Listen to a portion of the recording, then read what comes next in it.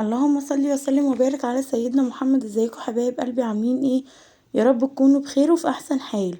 النهارده هنعمل مع بعض فراخ مشويه بطريقه جميله قوي. ان شاء الله تجربوها وتعجبكم. الطريقه دي تحفه، وبتكون الفراخ طريه جدا وبتكون جميله زي بتاعه المطاعم بالظبط. وتتبيله جديده ومختلفه. معايا اول حاجه معلقتين من معجون الصلصة، ومعايا 3 علب زبادي، ومعايا بهارات زعتر ومرقة وفلفل اسود وملح. ولو في 7 بهارات عايزة تحطوها عادي، بس المرقة بتكون جميلة قوي وبتديها طعم حلو. الاول طبعا الفراخ بتاعتي غسلتها حلو قوي، وكنت نقعاها في مية بليمون. ومعاها عصرة طماطم ودقيق. الاول هاخد الحاجة بتاعتي دي احطها على جنب، واجيب بولة من عندي او بلاستيكة صغيرة. ابدأ احط فيها الزبادي بتاعتي زي ما انتوا شايفين كده. احط بقى الزبادي بتاعتي. اول حاجة انزل باول كوباية من الزبادي، انزل ب3 زبادي في البولة بتاعتي.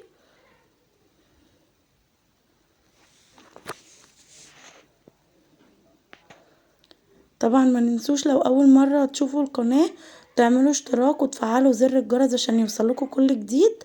وتعملوا شير ولايك للقناة وسبسكرايب، وتدعموني بكومنت حلو منكم.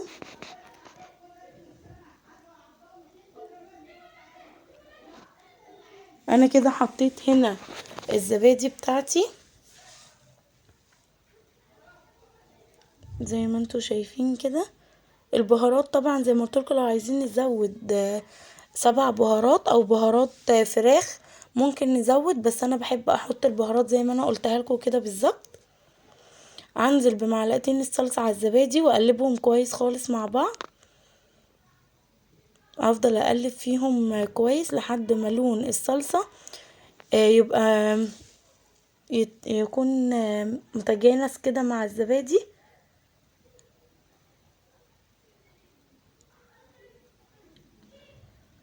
زي ما انتوا شايفين كده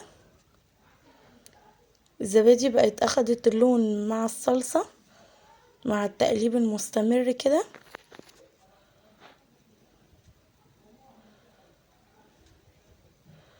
وبعد كده بقى انزل بالبهارات بتاعتي على الزبادي والصلصة واقلبهم برضو كويس.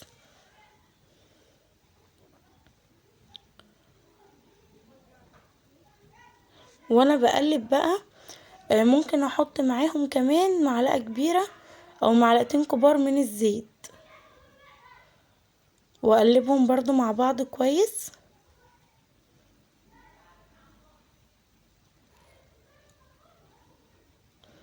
هقلبهم لحد ما البهارات وكله يتجانس مع بعض كويس جدا.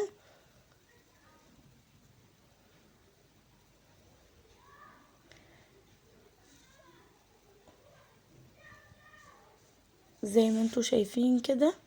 ما ننساش نصلي على النبي في الكومنتات، وتقولوا لي ان شاء الله تكونوا جربتوا الوصفة دي، وتقولوا لي ان شاء الله ان هي تكون عجبتكم. ولو عايزيني اعمل لكم اي وصفة او اي طريقة حاجة ممكن تكتبوا لي في الكومنتات وان شاء الله اعملها لكم. جبت بقى الفراخ بتاعتي، وهجيب البولة اللي هحط فيها الفراخ ان شاء الله وهي متبلة على طول، عشان انا هبيت الفراخ دي ليلة في التلاجة. بسكينة كده الحامية بتاعتي افتح الفراخ كده من تحت الجلد ومن فوق الجلد كده فتحتين او 3، عشان التتبيلة بتاعتي تكون واصلة للحم بتاع الفراخ من جوه. اعمل لها بقى زي تدليك كده بالتتبيلة بتاعتنا دي، هتديها طعم تحفة.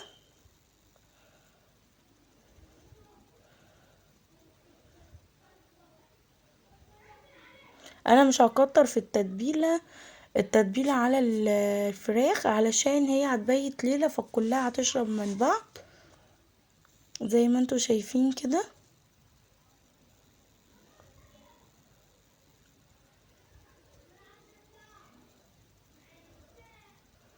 انا هعمل الوراك كلها الاول،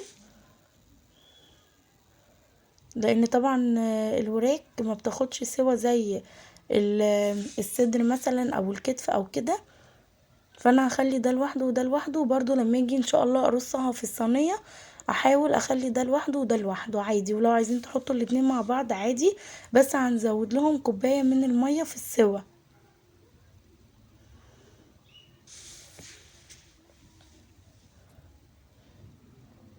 زي ما انتوا شايفين كده.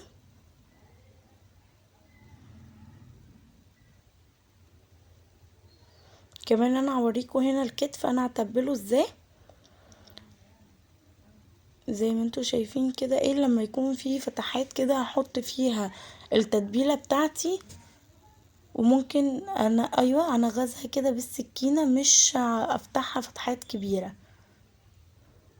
لان انا زي ما قلت لكم هبيتها ليله في التلاجة، فمش هتحتاج ان هي تشرب تتبيله كتير، هي هتشرب مع نفسها براحتها. ودوت برضو الصدر برضو افتحه فتحتين كده بسيطه خالص زي ما انتوا شايفين.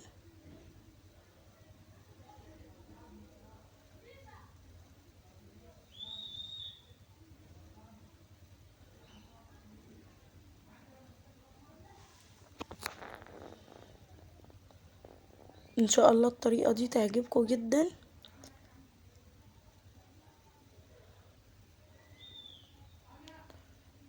بصوا هنا انا كنت خلصت الفراخ بتاعتي كلها تبلتها، عشان ما اطولش عليكم وقت الفيديو انا تبلتها كلها ورجعت لكم تاني.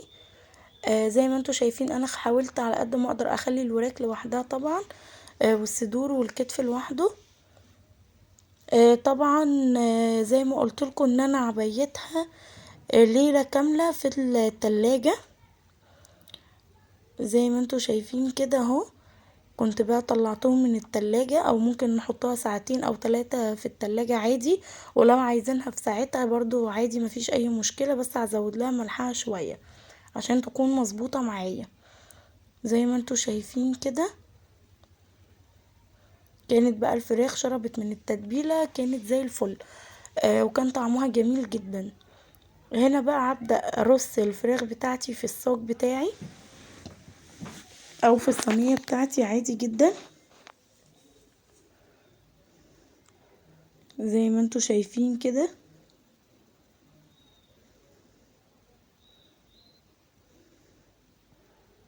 كمان لو عايزين وهي بتستوي تحطوا ورق لوري او حبهان او اي حاجة برضو عادي بتديها طعم برضو حلو. انا هنا زي ما اتفقت اهوت معاكم ان انا احاول ان انا احط الوراك لوحدهم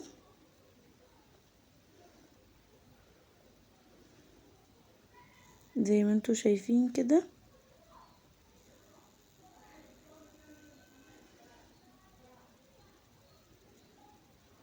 لونها بيكون جميل جدا.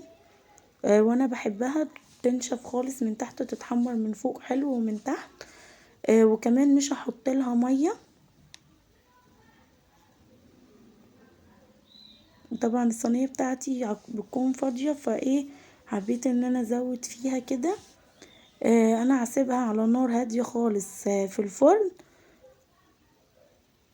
مش هزود لها ميه ولا اي حاجه دلوقتي. هرش لها بس على الوش كده رشه من الزيت زي ما انتوا شايفين كده عشان تاخد لون ذهبي وحلو معايا من فوق زي ما انتوا شايفين كده. انا مش هحط لها ميه خالص، انا هسيبها على نار هاديه خالص في الفرن، انا مش مستعجله عليها. ههدي النار كده زي ما انتوا شايفين. وهنا كمان ههدي النار اللي في الجنب دي كمان، ومن تحت على النار هاديه، وهسيبها براحتها خالص. شايفين بقى بعد ما طلعت لونها جميل ونزلت كل الدهون اللي فيها واستوت على مهلها خالص. كمان لو عايزين نغطيها بورق فويل في الفرن عشان نكتم السخونية تستوي معايا اسرع عادي جدا. زي ما انتوا شايفين كده والله طعمها جميلة جدا. يا رب الفيديو يكون عجبكم، والسلام عليكم ورحمة الله وبركاته.